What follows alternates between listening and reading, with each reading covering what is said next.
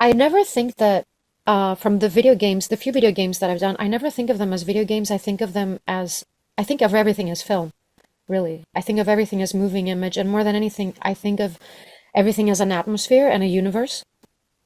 And then I think about the medium once I have to.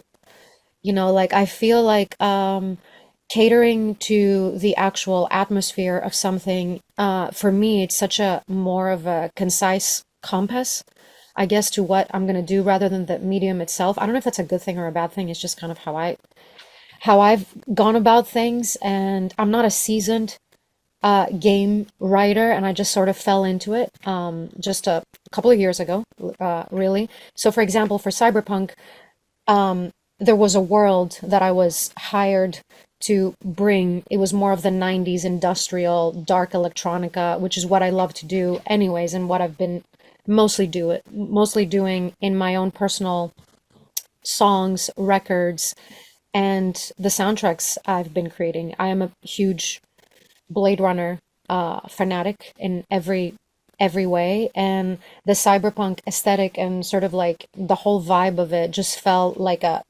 softer landing for what I do already. So it just kind of was, the brief was pretty much, this is the vibe, these are the playlists.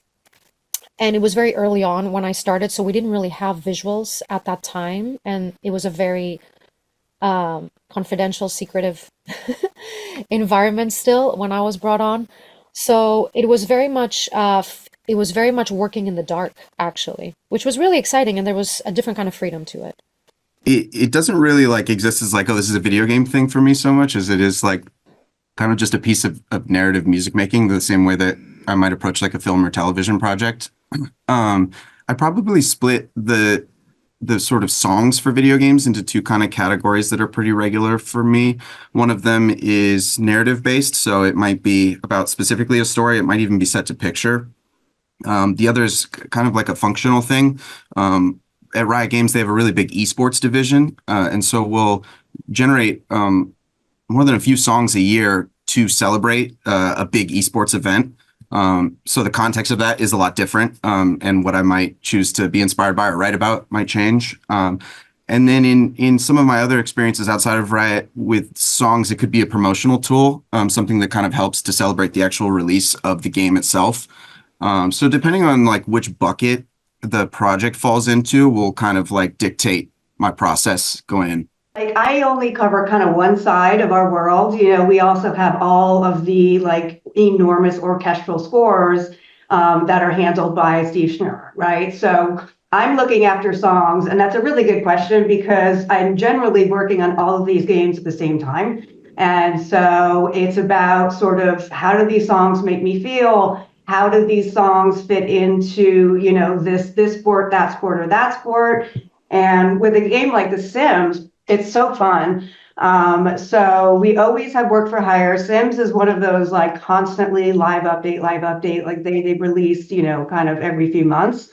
And so every pack, and Kari knows this, is generally has a theme, right? So I'll go to Kari and be like, I need a big bombastic pop song that kind of leans into islands, like I'm making this up kind of, but not really.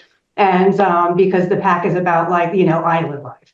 So, but kind of agreeing with Kid Moxie and Alex, like it's very little, I don't stand over writers' shoulders. Like I'm hiring writers that I know are incredibly good writers. And so, I'll give them a reference with maybe a different, like a regular song that's already out in the world, honestly, not wanting it to sound identical, but like something like this. And generally speaking, these guys, just knock it out of the park. So it is two different buckets for me, whereas I do the bespoke.